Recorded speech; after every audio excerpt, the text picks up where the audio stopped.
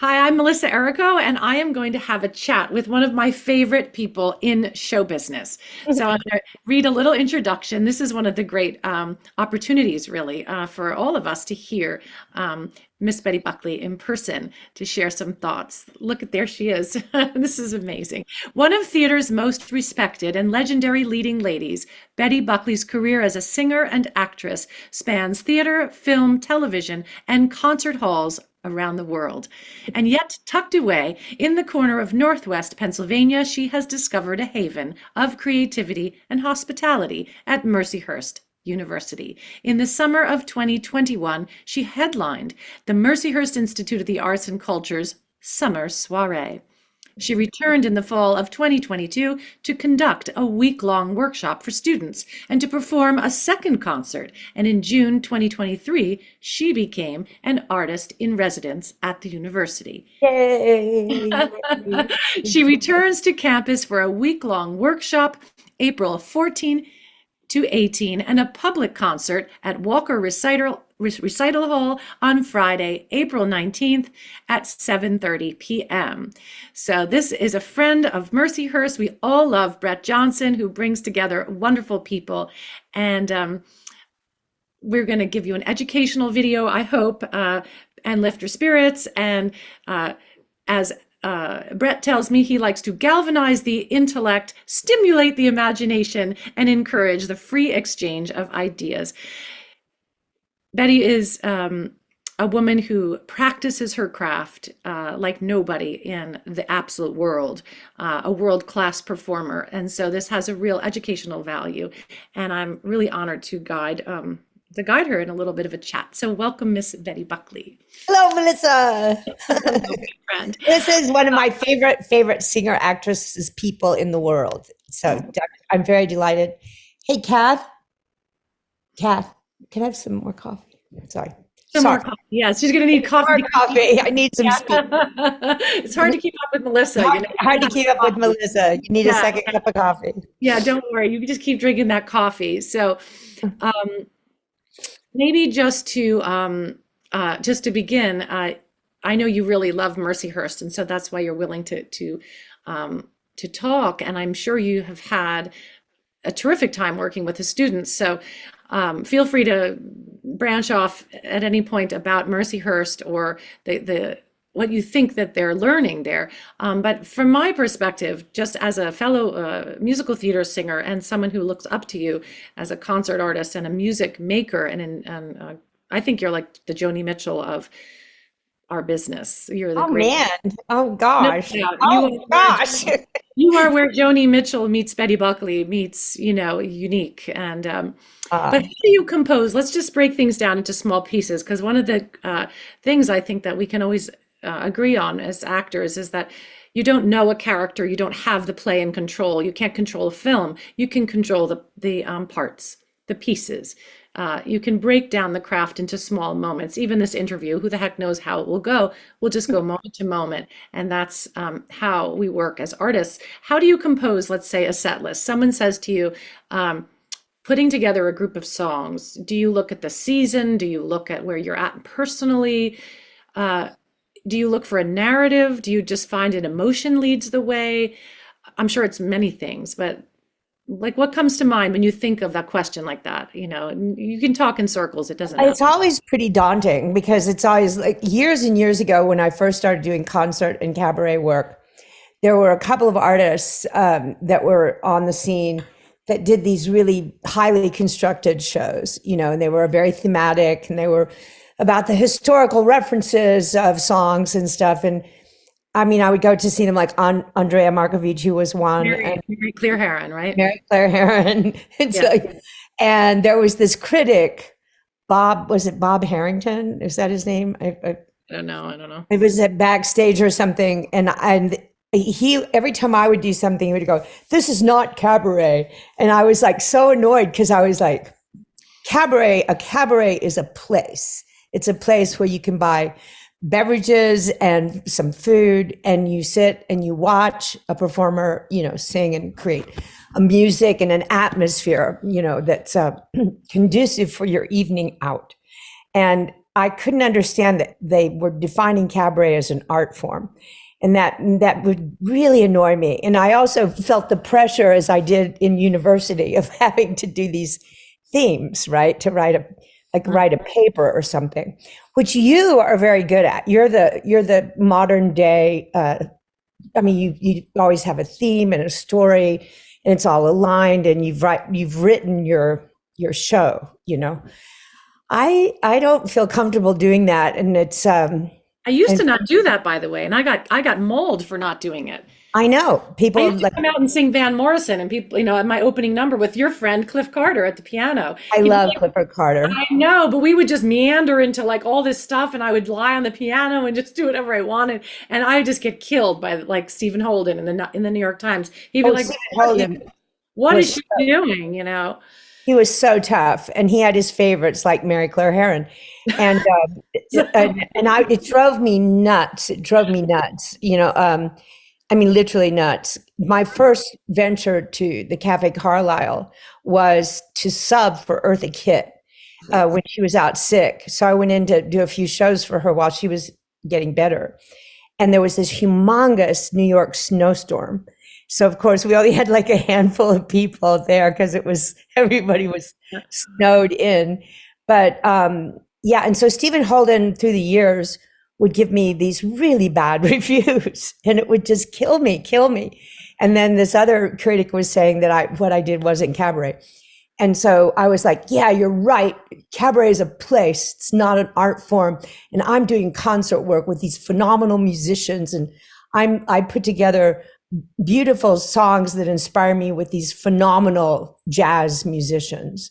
And years ago, my friend Michel Colombier, who was a very renowned French composer, who did an album called Wings that all these guys in the jazz scene were very admiring of. And I met him when I was in LA, and he did my first set of orchestrations for my first Carnegie Hall concert. And he said to me years ago, he said, Betty, in terms of concert work and your public appearances and cabaret work, whatever, you just always guarantee them a beautiful musical experience. Make sure that you've given them that, and you'll become known for that. And I was like, yeah, that's right. That's what I do. And I'm enough of this theme business. I had enough of that in college. It's like I don't want to write themes. So generally what I've done in the past is whatever occurs to me, like songs that just like, I'll hear a song, I don't know, on the radio or, in a store, and I'll be moved by it. And then I'll go look for it, or at a restaurant or something. I mean, just in my daily journey, I'll go find it and then try it and see if it's something I can do. Like once I fell in love with that song, These Dreams by Heart. Those girls, those amazing guitar player and singer, the Wilson sisters. And so I tried and tried to do an arrangement of These Dreams. And because I just was so struck by that song. And it was really the arrangement and the production of the recording that I was in love with. And I couldn't recreate that. Mm-hmm. But the song itself was just a pastiche. It was just like this little something, image, this little image, but it didn't have, I'm better at songs where I can tell a story, where I feel I know the character. I can bring something of a storyline to the material. I was going to ask you that next. Like, do you when you're doing these concerts, mm-hmm. I would imagine that as much as you love to explore jazz and you love to explore the pop or things you hear on the radio and stuff, both your instincts would lead you to some theater music and also the demands of the audience. Yeah, sometimes you'd be singing maybe a theater song from a show, or never. I can't believe you're asking me this question today, because I'm trying to put together the set list for Mercyhurst. And having done 2 concerts prior, we've got my set list from those that I'm going through, because I don't want to, do a lot of repeats. But on the other hand, there are songs that I simply love to do that, I like the experience. And these are just with my wonderful pianist, music director, collaborator, Christian Jacob. Right. Some shows I do with just him, some I do with a trio, and then some with a quartet when we, so piano, bass, and drums, or piano, bass, drums, guitar. And so that selection of songs has very much to do with who the musicians are and what can stand alone outside of, a rhythm section. Are you Yeah. drawn to theater music at all? Well, yeah. Okay. Your question. I can't believe this interview today of all days, because this is my dilemma. This Yeah, is my dilemma. I I understand. just, I just did a concert at Segerstrom Center that was a birthday celebration of Sondheim and Andrew Lloyd Webber. I Mhm. just find it uncanny that their birthdays are on the same day. Isn't that the coolest? Yeah, it's also my birthday. It's Yeah. very interesting. And so Scott Coulter was putting together that concert with these great, great singers, friends of mine. I haven't done a concert for over like a year, almost a year and a half, because I had a really rough year physically. I had RSV, long COVID, pneumonia, a knee replacement, just all kinds of issues, physical issues over the past year and a half. So I've been working really hard over the past several months to get strong again and to rehab my voice, which when you don't sing, you have a lot of work to do to get that back. I remember seeing how fit you got for Hello Dolly. You were the epitome of health. I remember watching you launch into your training, and I was somewhat around your orbit at that time, and I was so impressed by how you know what physical fitness you need to perform, especially that often. But we can get to that later. But there's nobody as disciplined as you. So you're feeling better and good Well, now? thank you for the compliment, but that's not true. When I have when I have to do it, that's when I do it. But Right. if I don't do it, I mean, if I don't have that impetus or that requirement, I'm a couch potato and I won't sit around and watch Korean television. That's my obsession. I love BTS and all those Korean kids and these Korean actors and Korean filmmaking. I just think it's out of this world. I love it so much, and that's what I've been doing for the We'll past year. get to that because you have your filmmaking thing going now, which Yeah, is yeah, I did that too. I did that yeah, too. So I yeah. kept a hand in. But this concert business, you've got to be, well, you have to be the best work I've ever done is because I've been so strong physically, like Mhm. the stamina required. And like Sunset Boulevard, I trained like a world-class athlete. It was insane. And I I was, saw you in London and I came backstage. You were literally the greatest performance I've ever seen in my life. I oh was, my God. I'll never forget that. I went to your dressing room and you were incredible, but you were incredible on stage, more important. And wow, that was, you just are the most exotic and beautiful, strong actress on earth. But Thank you. Thank you. Thank um, you. Thank you. so yeah, It so when you're requires, choosing, as you know, a lot of work. oh, So, well, I don't even know, but so I'm answering your question. yeah, So yeah. the to get ready, I was only doing 5 songs at Segerstrom for this birthday celebration of Sondheim, Lot. Yeah. and thank God it was only 5, and I didn't have to hold down the whole concert. So but they were those 5. They were like 3 of the 11 o'clock numbers and 2,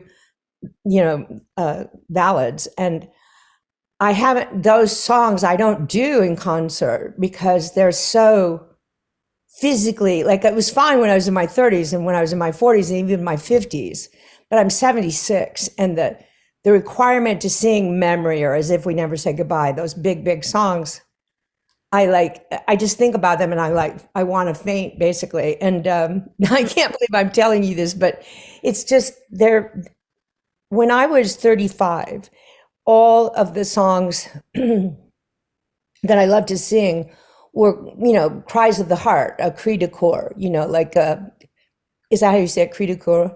That's right. Yeah. Yeah. And so, and that's what I felt, just this like, about life, about love, about passion, about, and I always had this tremendous ambition to be a really strong, good singer, good storyteller. And I just, as the years go by, I don't know. I don't care anymore like that. It's like, I'm like, oh, yeah, okay. And that's one of the nice things about getting older is that you no longer feel the need to, to really,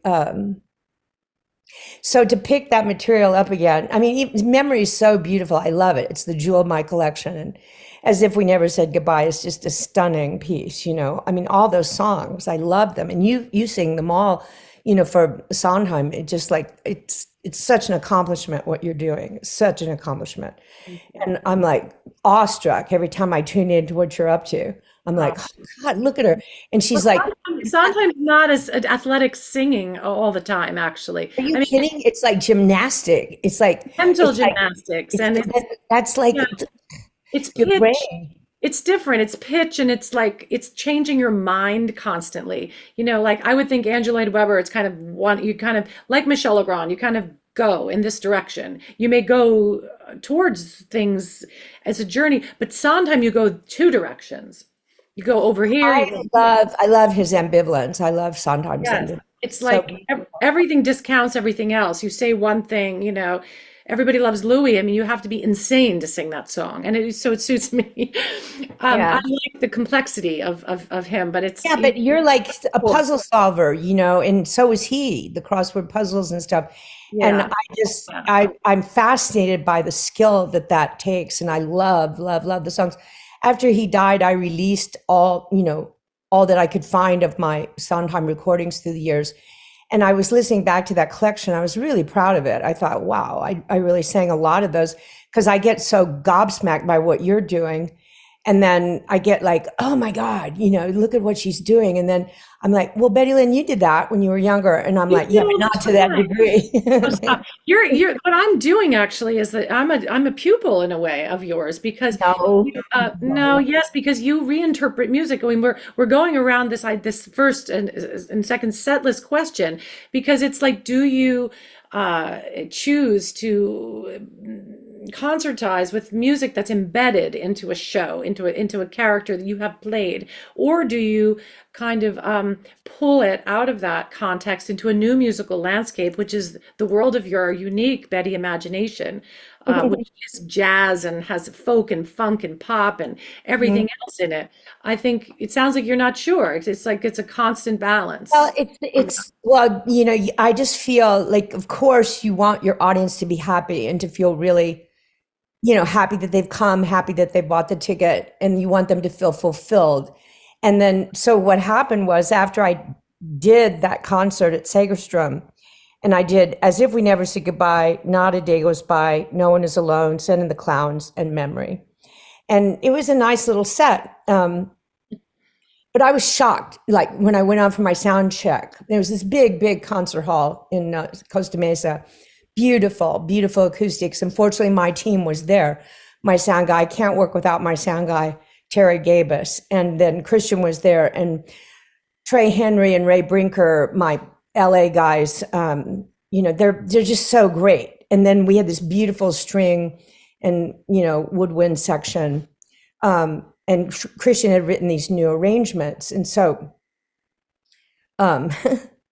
I couldn't believe, even for the sound check, I was so overwhelmed by the lights in this place. And I was just like, oh, and I came off stage and I was like, oh my God, that's why you have to be strong. You just have to be so strong physically and so practiced mentally and emotionally that you can just stand there and let yourself be an instrument of people's experience, you know, and an instrument of the music. Thank God I've had the teachers I've had. And so I was grateful as I did the sound check. I was like, all my training kicked in. And then when I did the show, the same thing happened. And I was just overwhelmed at the energy from the audience. And I came off stage and I was just like, oh my God. And I was so grateful it was only 5 songs, you know. So then suddenly people are writing me, or they're posting online, oh, she did Memory, she did As If We Never Say Goodbye. And then people are messaging me, are you going to do Memory? Are you going to do your Broadway songs? And I'm like, I haven't sung them for years. And I don't. And so there's this conflict. And so my wonderful assistant, Kathy, who's worked with me for 24 years, you know, and she helps me put all my, you know, collate the music. And when I'm doing new material, find the lyrics, and, you know, we communicate with Christian. So that's what I'm doing right now to prepare for the Joe's Pub engagement, which I'm doing in May. I'm doing 6 shows, and I'm really completely daunted by the idea of 3 nights of 2 shows a night. I'm like, oh my God. So I'm That's a really lot. That's working. residency. Yeah, I'm working really hard to be in that kind of shape. Right after we finish, I have a voice lesson with our teacher, Joan Later, on Zoom. So regarding the Mercyhurst set list, I'm looking at the sets that I did before, and I'm considering a couple of the new songs that I'm working on with Christian for Joe's Pub. And I'm in debate with myself about these past Broadway songs. And it always has, since I was a kid, so a young singer, I'm like, don't tell me what to sing. Like in the past, agents would book me and they would say, well, they want this repertoire. And I'm like, no, you don't get to tell me what to sing. Well, you don't have to tell me what you're going to do at Mercyhurst, but I like that we shared with the listeners that there's this conflict for you sometimes, which is that you are a theater actress. And so a theater actress serves the play and then serves everybody's memories of having come and seen that play. And so how much is your job to recreate their memory of how much they enjoyed? I don't like the pressure of that. I know I should, as a professional performer, I know that should be really important. But I just feel like you must take into account, every age, I'm a different person. The person I was at 35, I'm very different at 45. I'm very different still at 55.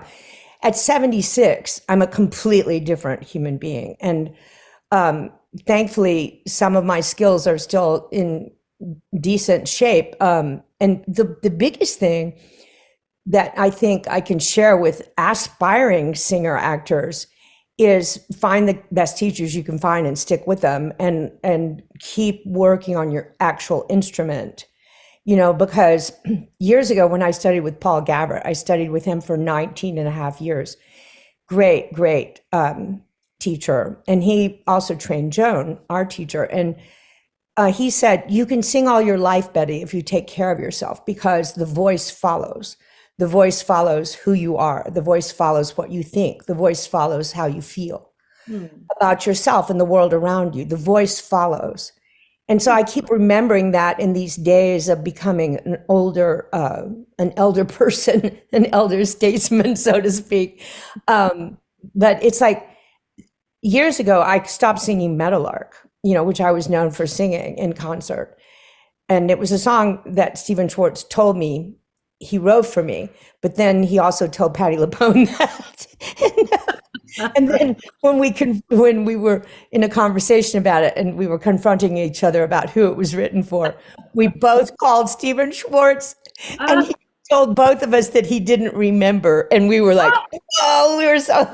She took it out of her repertoire, and I took it out of my repertoire. Oh, interesting. I'm great at that song, but then at the very end, I have to play a recording of you. Just the very last sentence. Like, I'm terrific until the last couple of bars. I need to push the button and play Betty Buckley. Oh, you're so sweet. You're so sweet. Until the end, I just can't stand it. Yeah. All the only difference is we just. And I hate that so much.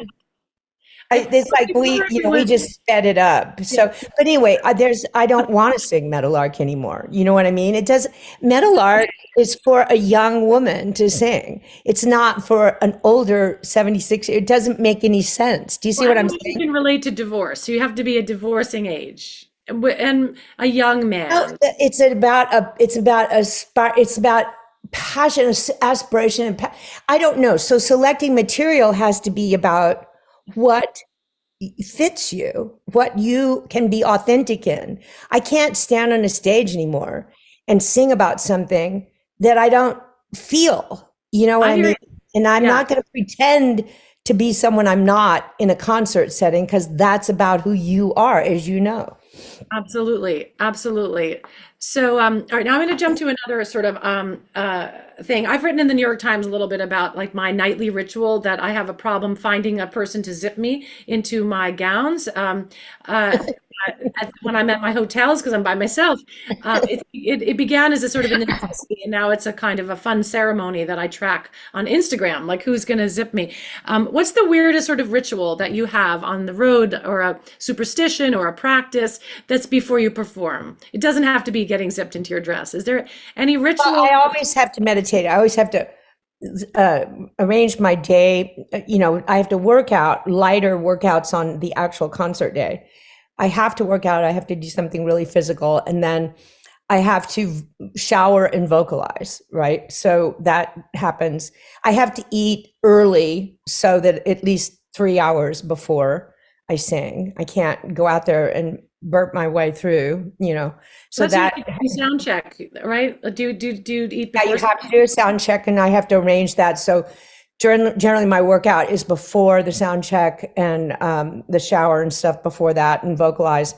And then after the sound check, I eat something really light, and then I go and meditate or nap and meditate, and then get partially dressed, go to the venue with my wonderful assistant. I could not do what you do and travel alone. There's no way. And then, so then when I get there and I put my makeup on, I either put my makeup on at the hotel or at the venue, depending. And then I do a ritual. Then I do my meditation and this kind of surrender ritual where I, just really let everything go and ask that all, whatever insecurities or fears or, ill feelings, just be washed away and be transformed into a really one pointed focus for the sake of taking the audience on a journey so that whatever negativity is going on in me is used as a part of the stories that are being told in a positive way for a positive outcome. And then I meet with my band or my pianist and my sound guy and Kathy, and we do a little focus circle and then we do the show and that's it. That's amazing. That's a beautiful story. That's a beautiful answer. There are so many bizarre coincidences or happenstances that happen on the road. I was once bit by a dog in Los Angeles, and then the very next day I went to San Francisco to perform. And weirdly, I was checked into a dog hotel where people were encouraged to bring their dogs. It was a specialized hotel. So I'd just been bitten by a dog. I had a concert in San Francisco and I walked into the place with just dogs everywhere, dogs in the elevator, dogs on my bed, like a stuffed animal, dog pictures. It was just one of those weird, it could only happen on the road type of a day.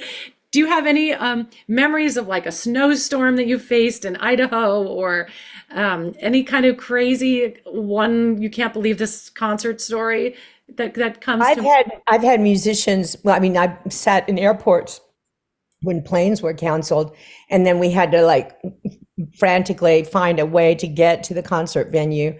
I've had musicians like call in at the last second while we're at the airport and say they're not coming because of weather, and then scramble around and try to find an alternate musician who, fortunately, a friend of mine would step in that case.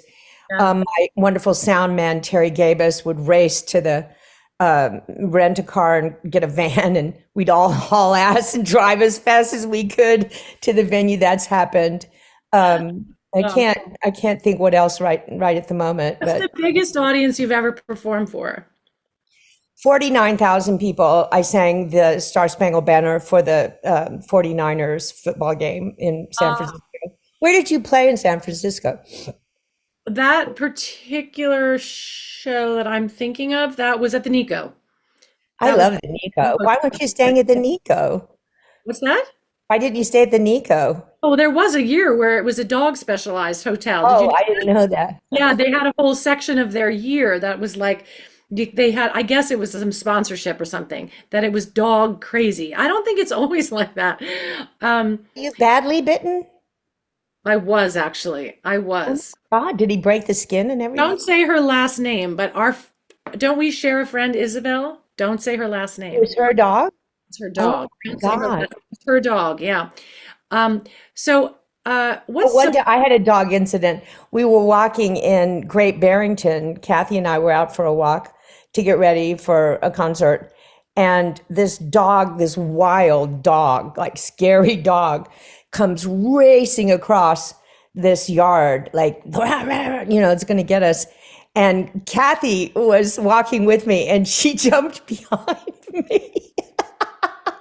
which was so funny. And I have this, like, as you know, I have this really big voice when I want to use it.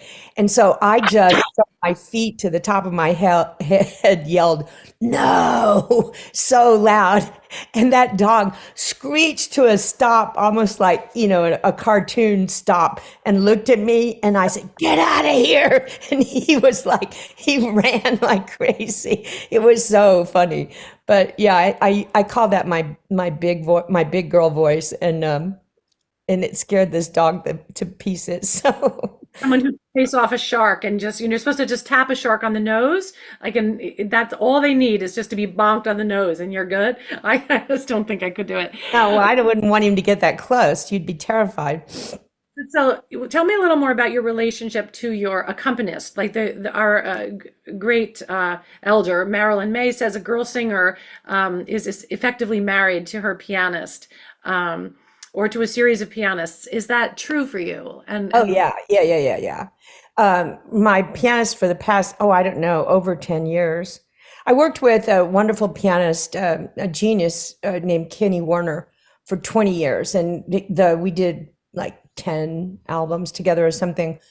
And he's really an incredible genius. And we were reaching a parting of the ways around 9/11. And that just he went through some stuff, and real tragedy in his family and stuff too.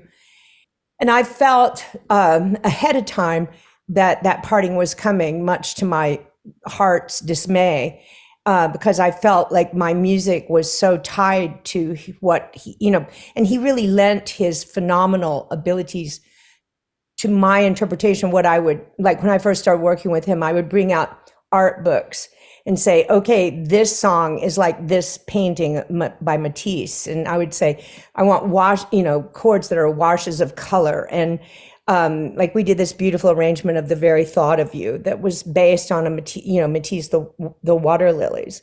And oh no, is that Monet? I forget. Yeah, yeah.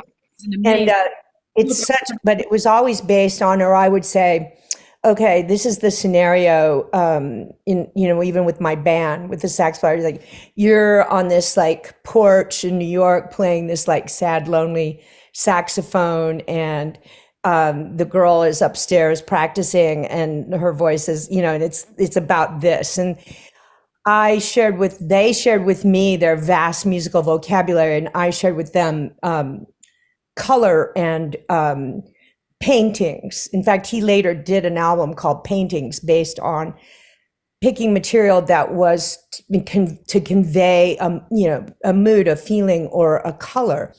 And so that was based on, our early work together. And ultimately, he knew I find it fascinating that there are chords, there are literally studies about this, that there are chords that deliberately invoke in a listener certain emotions, in terms of dissonance and the use of dissonance. And I just find that fascinating, so my arrangements are built to evoke an experience and I stand in the center of the arrangement as a character, representing a character's experience or a story so there's a sense of place and a sense of the story and I used to diagram the songs or the arrangement for my musicians, where there's like this journey where you start here and then maybe you come here and then you talk about Sondheim, and the graph would literally be this, of this, and so you go through this thing, you come out with a new awareness by the end. And I don't know, I have all these little as I've gotten older, it's not it's all just an intuition at this point, which was what I was so pleased to discover at Segerstrom, is the minute I walked on stage and for the sound check and for the performance, all of that practice with these, our great teachers and the studies that I've done through the years of meditation and spiritual philosophy and the vast amount of experience that I've collected since I was 11 years old, performing constantly since I was 11, and professionally since I was 15. All of that experience just kicks in, and I'm just there watching the whole thing happen. And I'm like, that's so amazing to me. And I feel so appreciative, humbled and appreciative that that life has taken me through such a journey, and that I've had the wherewithal to find the teachers that would help me learn all these things. And it's a myriad of details of every single performing experience you've ever had, with every great director you've ever worked with, and every great musician you've ever been privileged to work with or hear. The great concert artists that affected me so profoundly was I got standing room for Sarah Vaughan at Lincoln Center when I was a really young singer on Broadway. And I was in the back of the Lincoln Center, and she comes on, and she was older. And this has been like my go-to inspiration from that moment. And she had this trio of musicians that were also older, that had clearly worked with her for a million years, and you were just like, wow, this is so cool. And she sang Everything Must Change. And the audience was literally breathless after that performance. And I was like, and I just was like, I want to do that. I want to be that when I'm older. I want to be able to walk on a stage with guys I've worked with forever and make audiences feel like that. That's what I want to do. And that's when I decided I would become a concert artist. Theater music in general is not like everything must change. It's so internal, and there's so much texture and music around it. Like, I believe you are that, but it's interesting. Like, you take all that sensitivity, sensuality, spirituality that you've developed, and then you say the other day you were doing Memory, or you were doing the theater song. It's not the same musical space, and yet you inhabited theater music with all of that awareness. Do you miss the jazziness when you're doing the more straight music? No, because my memory chart, as I've been doing it since I was 35 years old, I don't do the original. Michel Colombier, the musician that I mentioned to you, the French composer that did my first concert charts for Carnegie Hall, he wrote my memory chart. And my memory chart is like these beautiful pulley chords that just set up the space, set up the place. And I mean, I walk out there, I hear that music, and I'm immediately in that place of then. And I see exactly what I saw for a year and a half in the Winter Garden Theater. It's like, it's a place, and everything in that place remains the same. The moon, the people in the distance, the voices, the leaves around my feet, the people over here, the sun coming up on the horizon. It's exactly the same. And I just witness it and talk and describe it as the song does. It's funny though, regarding our mutual hero, Stephen Sondheim, when I was working with Kenny all those years ago, and we had this Michel Colombier chart of memory and stuff, and we took on for our first album, our record company that signed us because of the concerts we were doing at the Bottom Line in New York, said, well, of course we want a Broadway repertoire. And so we did Broadway, but we rearranged it like big time. And how did that go? Everybody said, like Kenny, when we first did them in concert, would say, people aren't going to get this at the beginning. And sure enough, we just got like, he said, until they hear it on a record and can live with it. And so we got trashed by some reviewers as, being the sacrilegious people who would go, rearrange these like amazing Broadway songs. But they're excuse my language, they're really so beautiful. I mean, those charts are so stunning. And sure enough, when the album came out, the same reviewers that had trashed us in concert had sat down to listen to them and got what we were trying to do, which was these paintings. And and I've been so fortunate. Well, towards the end of my relationship with Kenny, I found Christian Jacob as a part of the Tierney Sutton band. And I called him, I got his number through the Musicians Union, because he has that same evocative, dissonant palette of beautiful chords that I can just live in. And I asked him if he worked with other girl singers, and he said he did. So he started working with me. And so that was a fairly smooth transition when Kenny and I ended our relationship. And Christian is like a divine musician. He scored 2 of Clint Eastwood's films. And so to respond to your question, my arrangements are interpreted by jazz musicians. And in some cases, there are like Not a Day Goes By, new arrangement, not No One Is Alone, new arrangement, As If We Never Said Goodbye, done interpretively as I tell them to, or I request them to do. Memory, not the Broadway, or in fact, the first time we did a memorial service that Andrew was there. I think it was for Bernie Jacobs. And so we did my version of Memory, which I refer to as Space Memory. And there's a funny story about that too. And Andrew was sitting on stage in the first chords that they played. Andrew's like looked over, like, what are we doing? And I just felt like such this kind of inner glee about, kind of blowing his mind, because he'd never heard the arrangement as I do it, I guess. But anyway, I like that we do that. But Sondheim came to see me in Sunset Boulevard in London. He came to a matinee, and he came backstage afterwards. And I was so thrilled. We were all so thrilled to hear that he was in the theater. And he comes back with some other people, and he's like, yeah, it's good, and kind of dismissed me. And then went over to the corner of my beautiful apartment-sized dressing room in the Adelphi Theater. It was an incredible place, and was playing with my dog the whole time while I was talking to these people. So finally I got the courage and I'd sung for him in benefit concerts and stuff, birthday celebration concerts. And I'd also worked for him as the original witch in Into the Woods for the first workshop, and then the pre-Broadway workshop.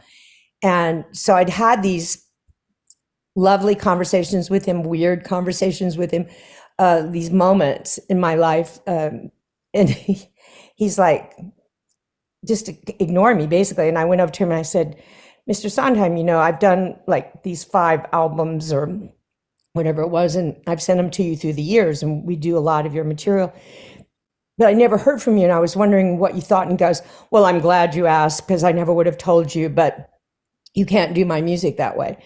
And I said, oh, and I said, what? And he goes, that's not the way I wrote it. And I said, oh, well, I work with jazz musicians, and we always state your music exactly as you wrote it. And then we go off into these places. And I said, and he's like, you can't do that, because people don't know my music. They're not, I said, that's what jazz music we do with standards and stuff. It's like we interpret. And he goes, no, you can't do that. And I said, oh, and he goes, your pianist thinks that he knows better chords than I do. And I said, no. I said, please think of us as students, as, these ardent fans because the place Kenny and I found our real connection in music was our love for dissonance. And of course, Sondheim uses that. So that's where we found a common ground.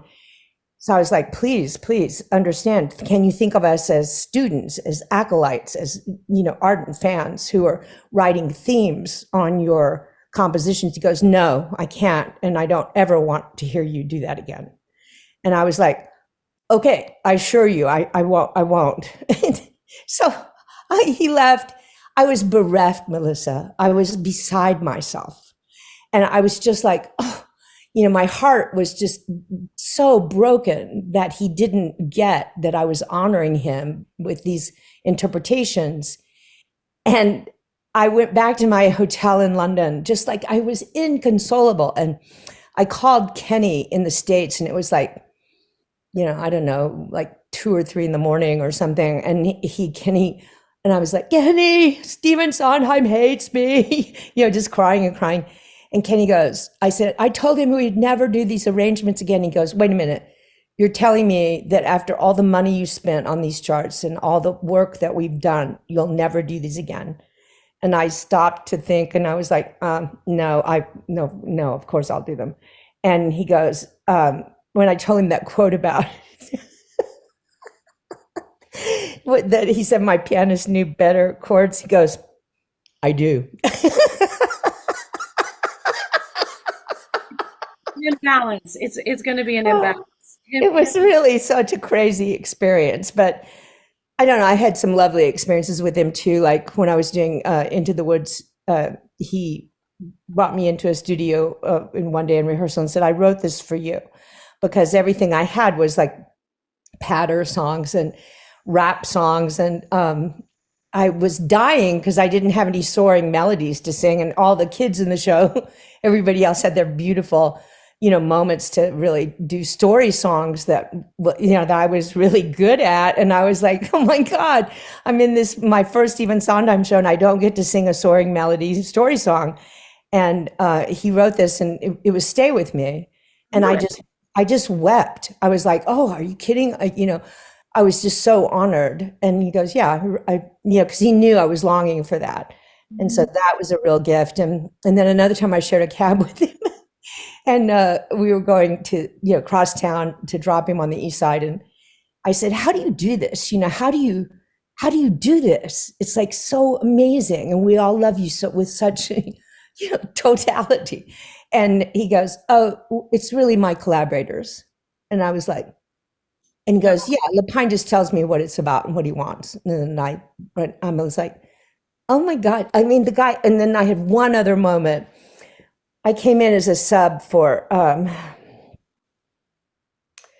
big concert that they were doing at Carnegie Hall, I think it was his 75th birthday or something. And I was the only Broadway diva at that moment in time that was not invited. And it was this director and stuff. And so I was off doing Three Penny Opera in Williamstown.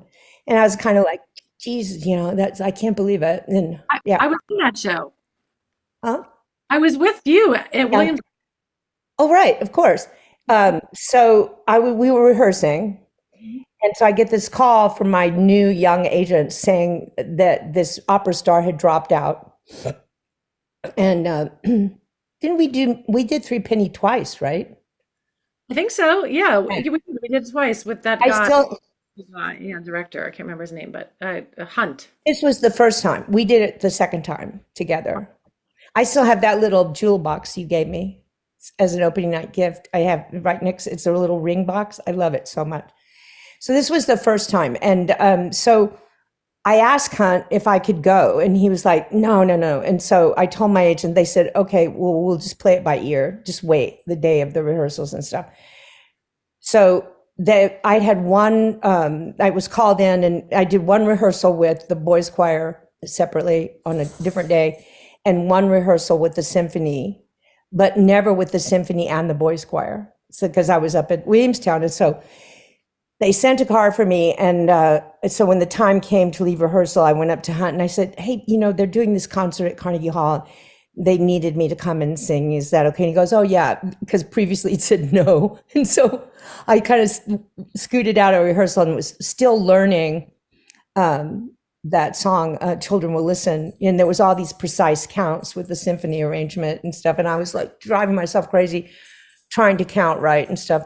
So I went and I was standing backstage at Carnegie Hall, and every diva that was there, was there in their sequin gowns and their personally written Jonathan Tunick arrangements that were written just for them. And I was inheriting this opera star's arrangement of Children Will Listen and Our Time. The Harlem Boys Choir was singing Our Time, and I was singing Children Will Listen, thank God, with the beautiful Paul Gemignani as the conductor. And so the director wouldn't let me have a music stand, which just was like, why not? And because I was barely rehearsed.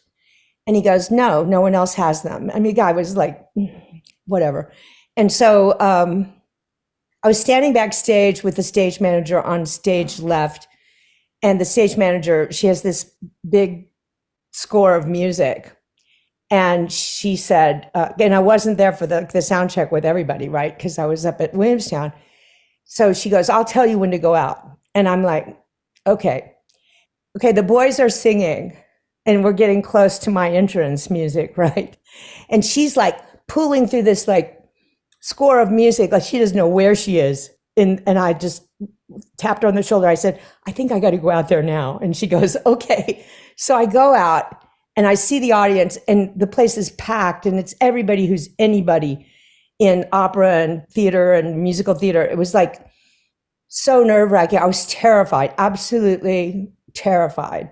And I walk out on stage and Gemignani and the orchestra's behind me. I mean, the symphony's behind me, no music stand. So nobody just like sing here, you know, it just like, it was like a singer's nightmare. And Gemignani looks at me and goes like this, gives me so much love as I'm walking on stage. And I just literally felt my heart just go, oh, you know, because I knew he would take care of me. It still kills me to this day. I write him texts every now and then just to tell him how much I love him. He's conducted for me a few times and the guy is such an incredible person. So he really gave me this courage from across the stage, you know, and I started singing. And before I went out, I didn't have a seat. I had like slacks and a white silk shirt because, you know, I didn't get a chance to get my beaded gown, quote unquote, for the event. And so I just felt like just such a stepchild stepping into that situation. And my prayer was, fortunately, all the divas had left the dressing room by the time I was there to go on, and was like, dear God, please, I'm not even asking for a good performance. I mean, or, you know, please just let me finish the note when the boys and the orchestra finish. Let me finish at the same time and just let me do it. Let me not forget anything, please. Just let me do it properly.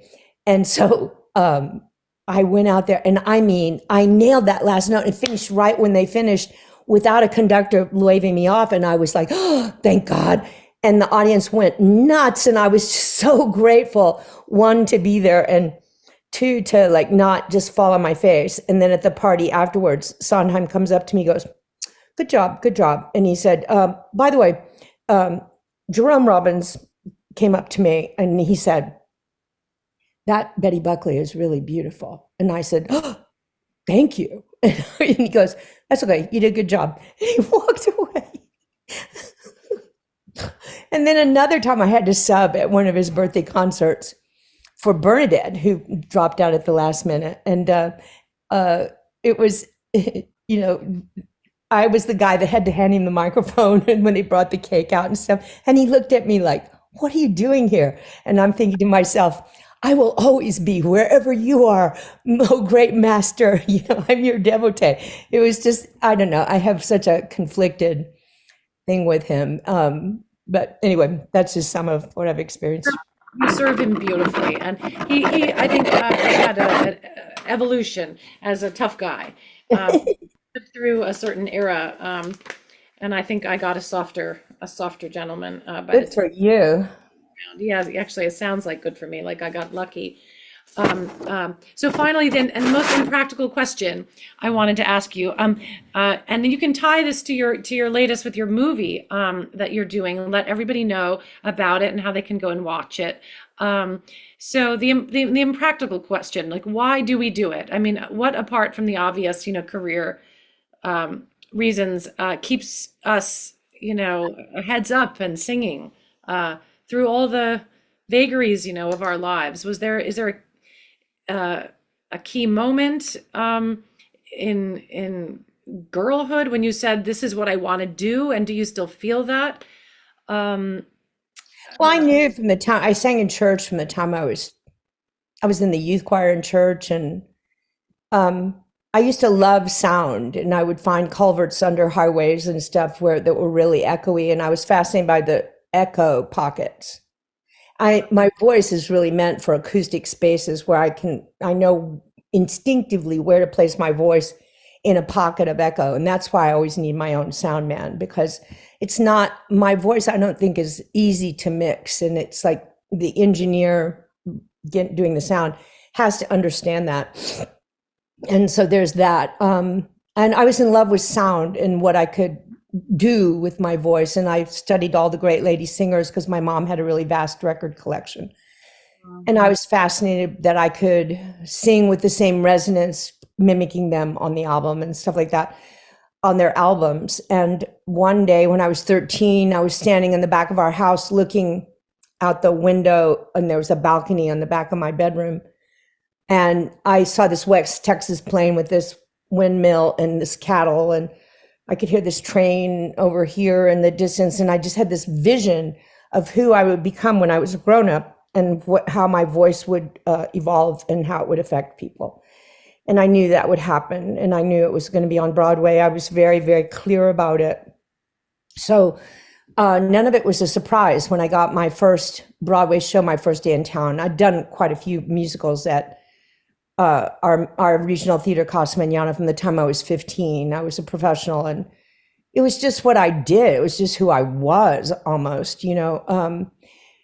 And so I knew when I was 35 and they brought me the recording of Memory and I heard it, I was in my dressing room at the Winter Garden. I was like, oh, that image, that vision came back when I was 13 of who I would become. And suddenly it was there, and I was singing the way I knew I would learn to sing, which took a long time to learn how to do it properly. And fortunately, I studied with Paul to do that.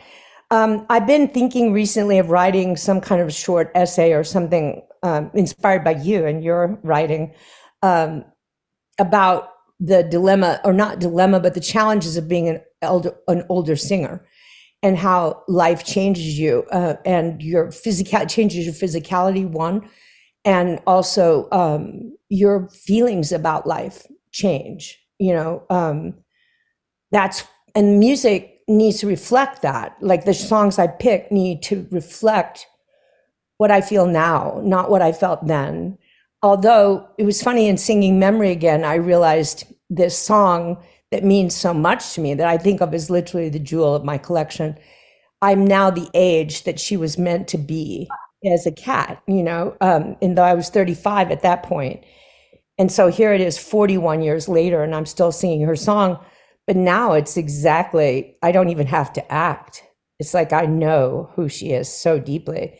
But Grisabella, was one of my great, great teachers. You know, she taught me, so learning how to sing her song properly and represent her properly in that space and time in 1982 was such a challenge. And she taught me everything. That character, that song brought me into finally to emerge, to step forward into the potential that I'd been working with for a number of years and studying to learn to do it better. And everything that I learned from Paul Gabbert and my spiritual teachers and psychologists and everybody I've worked with through the years, you know, it just all came together, it coalesced in that song, and learning how to feel who Grisabella is. She, to this day, is my soulmate and I would say one of my dearest friends. So whenever I sing her song, she's an exquisite being, and I really am grateful that I got to represent her. So there's that. Amazing. What an amazing story. I never could have expected some of your answers. Absolutely beautiful. You know, nothing like the depth of relationship that you have. But the original Eliza Doolittle was my age. Well, you're right. Mrs. Patrick Campbell was in her early 50s when George Bernard Shaw fell in love with her and wrote Eliza. So in a very, very small way, I understand that a character can define your life or continue to evolve as you evolve. But nobody evolves more than Betty Buckley Mm.